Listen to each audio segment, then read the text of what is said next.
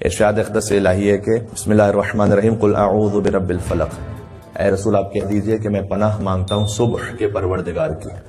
صبح کا پروردگار، رب کا لفظ جہاں استعمال ہوتا ہے وہاں فقط خلق کرنے کے معنی میں نہیں ہوتا، بلکہ خلق کرنے کے ساتھ ساتھ تربیت کے معنی میں بھی ہوتا ہے۔ تو اللہ سبحانہ و تعالیٰ جیسے ہمارا رب ہے ویسے ہی صبح کا بھی رب ہے۔ رب کا مطلب ہوتا ہے کہ ہر چیز کو جتنا اس میں پوٹینشل ہے کمال تک پہنچا دیا جائے، یہ ہے رب۔ تو اللہ سبحانہ و تعالیٰ فقط ہمارا خالق نہیں بلکہ اس کا جو پہلا تعارف ہے ہم سے الحمدللہ رب العالمین، وہ عالمین کا رب ہے، فقط خالق نہیں۔ میں نے عرض کیا کہ رب کا مطلب ہے کہ ہر چیز کو اس کے کمال تک پہنچا دینا۔ تو صبح کا جو کمال ہے اللہ سبحانہ و تعالیٰ نے وہاں تک اسے پہنچایا اور وہ اسے عطا فرمایا۔ تو قل اعوذ برب الفلق، میں پناہ مانگتا ہوں صبح کے پروردگار کی، من شر ما خلق، ہر اس شر سے کہ جو اس کی مخلوق کی جانب سے صادر ہوتا ہے، یہ بڑا اہم ہے۔ من شر ما خلق، اس نے جو کچھ خلق کیا ہے اس میں سے جو شر آتا ہے اس سے میں پناہ چاہتا ہوں۔ شر و خیر کا جو فلسفہ ہے یہ ایک بڑا پیچیدہ مسئلہ ہے، فلسفے کی ایک بڑی ان ڈیپتھ بحث ہے کہ خیر کہاں سے آتا ہے، شر کہاں سے آتا ہے۔ اس کا خلاصہ اگر ایک لفظ میں بیان کیا جائے تو جتنا خیر ہے وہ سب جو اصل میں صادر ہو رہا ہے وہ اللہ سبحانہ و تعالیٰ کی جانب سے ہے۔ شر کا وجود اللہ نے جو اپنی مخلوق کو اختیار عطا کیا ہے اس اختیار کے سبب سے، چونکہ اگر اختیار نہ ہو تو پھر جزا و سزا کا تصور ختم ہو جاتا ہے، پھر تو پابندی ہے، پھر تو روبوٹ ہے، روبوٹ کو آپ سزا نہیں دے سکتے، روبوٹ کو آپ کورٹ میں اس پہ کیس نہیں کر سکتے، روبوٹ بنانے والے پر ہو جائے گا لیکن روبوٹ پہ نہیں ہو سکتا کیونکہ اس پہ اختیار نہیں ہے۔ اچھا یہ فرق ہے، بہت غور کیجئے گا، ہم بھی کچھ چیزوں کو خلق کرتے ہیں۔ اللہ سبحانہ وتعالیٰ نے کہا فتبارک اللہ احسن الخالقین، وہ بہترین خلق کرنے والا ہے۔ خالقین کا لفظ استعمال کر کے اللہ نے بتایا ہے کہ خلق کچھ اور بھی کرنے والے ہیں لیکن وہ احسن الخالقین، خلق ہم بھی کرتے ہیں۔ یہ خلق آپ نے یہ کیمرہ خلق کیا ہوا ہے، بہت سی چیزیں جو ہم نے خلق کی، انسانوں نے خلق کی ہیں، وہ احسن الخالقین ہے۔ اس کی خلقت میں اور ہماری خلقت میں بہت سارے فرق ہیں، ان میں جو بڑا میجر ڈفرنس ہے، جب ہم خلق کرتے ہیں تو اپنی مخلوق کو اختیار نہیں عطا کر سکتے، وہ خلق بھی کرتا ہے اسے اختیار بھی دیتا ہے۔ ہم جب اپنی مخلوق کو خلق کرتے ہیں تو آپ لیپ ٹاپ ہے، کیمرہ ہے، اس میں جو پروگرام ہے وہ اس حساب سے وہ چلتا رہے گا، یہ نہیں ہوگا کہ آپ کی مرضی کے خلاف کام کرتا رہے اور آپ اس کو اختیار دیتے چلے جائیں کہ ہاں تم کرتے چلے جاؤ، ایسا نہیں ہوگا۔ اللہ سبحانہ و تعالیٰ خلق بھی کرتا ہے، اختیار بھی دیتا ہے کہ تم اپنے اختیار سے شر کرنا چاہ رہے تو کر لو۔ اچھا اب اگر اللہ نے شر کو خلق نہیں کیا تو پھر ابلیس کو کس نے خلق کیا؟ دیکھیں سورہ کہف کی آیت ہے کہ کانا من الجن ففسق عن امر ربہ، وہ جنوں میں سے تھا، اس نے اپنے رب کا طغیان کیا۔ تو اللہ نے جن خلق کیا تھا، اللہ نے ابلیس خلق نہیں کیا تھا۔ ابلیس وہ اپنے اختیار سے بنائے۔ ابلیس کا مطلب کیا ہے؟ ابلیس کا مطلب ہے دھوکہ دینے والا۔ ابلیس کا جو روٹ ورڈ ہے عربک میں ہے وہ لبس، التباس، اسی سے یعنی دھوکہ دینا، چیٹ کرنا، کسی کو دکھانا کچھ اور کرنا کچھ اور۔ اس خاطر ہے کہ میرے مولا نے ارشاد فرمایا کہ یہ نہج البلاغہ میں 10ویں نمبر کا خطبہ ہے کہ جہاں شیطان کی فریب کاریوں سے کیسے بچیں، کہ ما لبست علی نفسی ولا لبس علیہ، نہیں کبھی علی نے کسی کو دھوکہ دیا ہے اور نہیں کوئی دنیا میں ایسا پیدا ہوا ہے کہ جو کبھی علی کو دھوکہ دے سکے، اور دھوکہ مجھے نہیں دے سکتا۔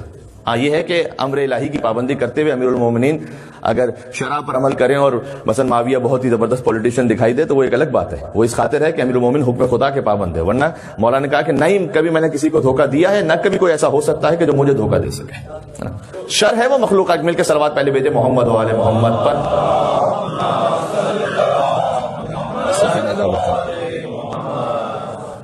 ومن شر غاسق اذا وقب، اور اس وقت کے شر سے کہ جب رات کی تاریکی چھانے لگتی ہے، تو کیونکہ رات جب سٹارٹ ہوتی ہے تو بہت کچھ کرائمز ہیں، جرائم ہیں، وہ اس رات کا ایک حصہ اور خاصہ ہے۔ تو کہا کہ پناہ مانگو کہ پروردگار مجھے رات کی تاریکی کے جتنے شر ہے اس سے بچا لے۔ اچھا اس کا جو شان نزول علماء اہل سنت نے لکھا ہے وہ یہ لکھا ہوا ہے کہ رسول اللہ پر ایک یہودی عورت نے سحر اور جادو کیا تھا اور اس کا اثر ان پر ہو گیا اور جبرائیل نازل ہوئے اور جبرائیل نے کہا کہ آپ فلاں کنویں کی طرف تشریف لے جائیے، تو وہاں پر وہ چیز رکھی ہوئی جس کی وجہ سے اس نے آپ پر جادو کیا، اور جبرائیل نے یہ کہا کہ آپ ایک ایک آیت کو پڑھتے جائیے اور گرہوں کو کھولتے چلے جائیے تو آپ سے سحر اور جادو دور ہو جائے گا۔ اچھا، اس شان نزول کو علماء اہل تشیع نے قبول نہیں کیا، علامہ طبرسی نے قبول نہیں کیا، اور علماء نے قبول نہیں کیا. اس کی بہت ساری وجوہات ہیں. ایک تو یہ کہ یہ سورہ مکی صورتوں میں سے 20ویں نمبر پہ نازل ہوا ہے، تو وہاں پر یہودی تھے نہیں، یہودی مدینہ میں تھے، یہاں پر مشرکین مکہ تھے. دوسرا یہ کہ وہ کون سا رسول ہے کہ جس بھی یہودی عورت آئے اور شر کر کے چلی جائے اور اسے پتہ ہی نہ ہو سکے اور اپنے آپ کو محفوظ ہی نہ رکھ سکے. تو ایسے رسول کی کریڈیبلٹی کیا رہ جاتی ہے جو اپنے آپ کو کسی یہودی کے جادو سے نہ بچا سکے. اور یہ بھی دیکھیں، ایک بڑی انٹرسٹنگ بحث ہے کہ آپ کو جو سیرت النبوی کا ماخذ ہے اور اس کا جو سورس ہے وہ کیا لینا ہے. آپ جا کے کتابوں میں پڑھیں تو بھائی جب وحی نازل ہوتی تھی حضور پر تو مثلا لکھا ہوا کتابوں میں چہرے مبارک پر خوفناک آثار نمودار ہو جاتے تھے اور آنکھیں پھٹ جاتی تھیں، اور جس ناقے پہ سوار ہوتے تھے وہ زمین میں اس کے پیر دھس جاتے تھے، اور دہن مبارک سے کف آتا تھا، اور حضور پر راشا طاری ہو جاتا تھا، اور ہاتھوں پہ لرزہ ہو جاتا تھا جب وہی آتی تھی. اب معاملہ یہ ہے کہ جو اس قسم کی روایات ہیں وہ نقل کرنے والے وہ ہیں کہ جو کوئی فتح خیبر پہ مسلمان ہوا، کوئی آخر میں مسلمان ہوا، کوئی فتح مکہ کے موقع پہ مسلمان ہوا، کوئی ہجرت کے 10ویں سال بعد جا کے مسلمان ہوا. وہ بتا رہے ہیں کہ جب حضور پہ وہی آتی تھی تو کیا کیفیت ہوتی تھی. جو سیرت النبوی کا سب سے بڑا ماخذ اور سورس ہونا چاہیے وہ خود حضرت فاطمہ زہرا سلام اللہ علیہا ہونی چاہیے. ان سے آپ حاصل کیجئے. اللہم صلی علی. حضور کی بیٹی کیا بیان کرتی کہ جب وحی ہوتی تھی تو کیا ہوتا تھا؟ ایتینی بالکساء الیمانی فغطیتہ بہ، اے بیٹی میرے لیے چادر لے آؤ. اور جب چادر کو حضور نے اوڑھ لیا فاذا فی البدر کانہ البدر فی لیلۃ تمامہ وکمالہ، تو جیسے حضور نے چادر کو اوڑھ لیا تو ان کا چہرے مبارک اتنا روشن ہو گیا جیسے 14ویں رات کا چاند ہوتا ہے. اور جب 14ویں رات کے چاند کی طرح ان کا چہرہ ہو گیا تو اللہ سبحانہ و تعالیٰ نے وحی نازل کی کہ انما یرید اللہ لیذھب عنکم الرجس اہل البیت ویطہرکم تطہیرا. مل کے صلوات اور بھیجے محمد و آل محمد پر. وعجل فرجهم.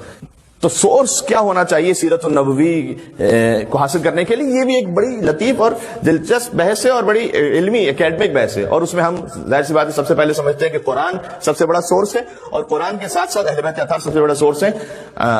حضور جب کسی سفر پہ جاتے تھے تو سب سے ملتے ملتے اور آخر میں سیدہ کونین سلام اللہ علیہ سے ملاقات کرتے تھے، پھر سفر پہ تشریف لے جاتے تھے. جب واپس آتے تھے سب سے پہلے در سیدہ پر آتے تھے اور وہاں سلام کیا کرتے تھے تاکہ بی بی سے جو جدائی ہے اس کا فاصلہ کم سے کم رہے سفر کے دوران بھی. یہ لکھا ہوا ہے تاریخوں میں کہ سب سے آخر میں بی بی سے مل کے جاتے، سب سے پہلے آتے تھے اور بی بی سے ملاقات کرتے تھے. تو آپ کہاں سے سیرت النبوی کو لیں گے؟ ہم تو ان سے شریعت اور سنت نبوی کو لے رہے ہیں جس نے نبی کی گود میں آنکھ کھولی تھی اور نبی نے جس کی گود میں آنکھ بند کی تھی، علی ابن ابی طالب علیہ السلام. یہ ضرور ہے کہ یہ سورے نازل ہوئے ہیں، سورہ فلق اور سورہ ناس، جسے معوذتین بھی کہا جاتا ہے، یعنی تعویذ والے سورے، بطور تعویذ نازل ہوئے تاکہ حضور اور ان کے ماننے والے چاہنے والے ہر قسم کے شر سے محفوظ رہ سکیں. مشققتین بھی انہیں کہا جاتا ہے، یعنی سخت ترین حالات میں. فرمائے گا کہ جب خطرہ بہت زیادہ بڑھ جائے تو سورہ فلق اور سورہ ناس کو پڑھو. جہاں کہیں نظر کی اپنی ایک ہے حیثیت، قرآن میں اس کا ذکر موجود ہے. سحر اور جادو کی بھی ہمارے طور پر جو ہم عام انسانوں کے لیے اس پر اثر ہو سکتا ہے اور ایک حیثیت ہے. اب یہ کہ ہر چیز کو سحر اور جادو بھی انسان نہ سمجھنے لگے. اب تو ماشاءاللہ یہاں پر فہم و شعور والے افراد تشریف فرمائے، ورنہ یہ کہ جناب برتن کہیں سے ٹوٹ کے گر گیا اور جو ہے وہ لائٹ پھٹ گئی تو ہم کہتے ہیں کہ جو ہے سحر و جادو ہو گیا. کوئی وولٹیج کا بھی معاملہ ہو سکتا ہے اور آپ کو دن میں تارے نظر آئے، ضروری کسی نے نظر ہی لگا دی ہو، آپ نے کچھ غلط کھایا بھی ہو سکتا ہے. تو لیکن اگر سحر و جادو کا معاملہ ہے تو پھر سورہ فلق اور سورہ ناس کو پڑھنا یا پانی پہ دم کرنے کے لیے بھی ایک علماء کے کلام میں موجود ہے، اور اس کو پی لینا اس کی تاثیر ہے. وَمِن شَرِّ حَاسِدٍ إِذَا حَسَدَ. آخری آیت اس کی یہ ہے کہ ہر حسد کرنے والے کے شر سے اے پروردگار محفوظ فرما. حسد کے لیے حدیث موجود ہے کہ یہ نیکیوں کو ایسے کھا جاتا ہے کہ جیسے آگ لکڑیوں کو کھا جاتی ہے. اچھا، ہر خیر میں بھی ایک طرح کی کہیں نہ کہیں کوئی آفت ہے اگر وہ اپنے میزان سے باہر چلی جائے. یہ غور کیجیے گا میں کیا عرض کرنا چاہ رہا ہوں. علم خیر ہے یا نہیں، لیکن علم کی آفت غرور ہے کہیں کہیں پر. بلکہ ایک حدیث ایسی ہے کہ جس میں یہ بتلایا گیا ہے کہ کون سا گناہ کس شعبے کے لوگوں میں امکان زیادہ ہے، تو اس میں علماء کے لیے کہا گیا ہے کہ حسد کا امکان زیادہ ہے، سب سے زیادہ. علم کی آفت ہے تکبر، عبادت کی آفت ہے عجب، اپنے آپ پہ بڑا فخر کرنے لگنا. سخاوت کی آفت ہے احسان جتلانا. شجاعت کی آفت ہے ظلم اور تجاوز کر لینا. اگر ہر اچھی صفت اپنے ایکولیبریم سے باہر ہو جائے تو وہ خیر شر میں بدل جاتا ہے. اسی کو علم اخلاق کہتے ہیں. علم اخلاق یعنی ہر اچھی صفت کا اس کے میزان پر ہونا، یہ ہے اخلاق. بات ہو رہی ہے. اگر بالکل ہاتھ روک دیا جائے تو بخل ہے, میزان سے باہر ہے. اگر اتنا زیادہ ہاتھ کھل جائے کہ وہ اسراف ہو جائے وہ بھی میزان سے باہر ہے. درمیان میں ہے سخاوت. ٹھیک ہے, اس طرح سے شجاعت. تو علم اور پیغمبر نے جو فرمایا کہ انما بعثت لاتمم مکارم الاخلاق, میں بھیجا اس لیے گیا ہوں کہ میں اخلاقی صفات اور قدروں کو تکمیل تک پہنچا دوں, کمال تک. تو پیغمبر میں ہر اچھی صفت اپنے انتہائی میزان پر تھی. حتیٰ یہ کہ جو شجاعت بھی ہے, مجھے کہنے میں کوئی عار نہیں ہے کہ نبی مکرم زیادہ شجاع ہیں امیر المومنین علی بن ابی طالب علیہ السلام سے. بالکل, اس لیے کہ بلکہ مولا کائنات نے خود بیان فرمایا اپنے کلام میں کہ جب جنگ کا ماحول بہت خطرناک ہوتا تھا اور ہمیں اپنی جانوں کے اعتبار سے خطرہ محسوس ہوتا تھا, اور جب دشمن کی بہت بڑی یلغار ہوتی تھی تو ہم پناہ لیتے تھے سرکار ختم مرتبت کے پاس, اس لیے کہ وہ سب سے زیادہ دشمن کے مقابلے میں ثابت قدم ہوتے تھے اور ان کے قدم جمے ہوئے ہوتے تھے, اور ہمیں محسوس ہوتا تھا کہ اگر ہمیں پناہ ملنی ہے تو رسول اللہ کے پاس پناہ ملنی ہے. یہ الگ بات ہے کہ حضور کو تلوار چلانے کی ضرورت ہی پیش نہیں آئی. تلوار کی بھی تو یا کسی کے دفاع کے لیے بھی تو جو کیفیت ہوتی ہے وہ الگ الگ ہے نا. خود حضور کے دفاع کا نام ہے علی بن ابی طالب. یعنی کیا مطلب, میں عرض کرنا چاہ رہا ہوں, یعنی علی کی تلوار کا نام ہے ذوالفقار اور حضور کی تلوار کا نام ہے حیدر کرار.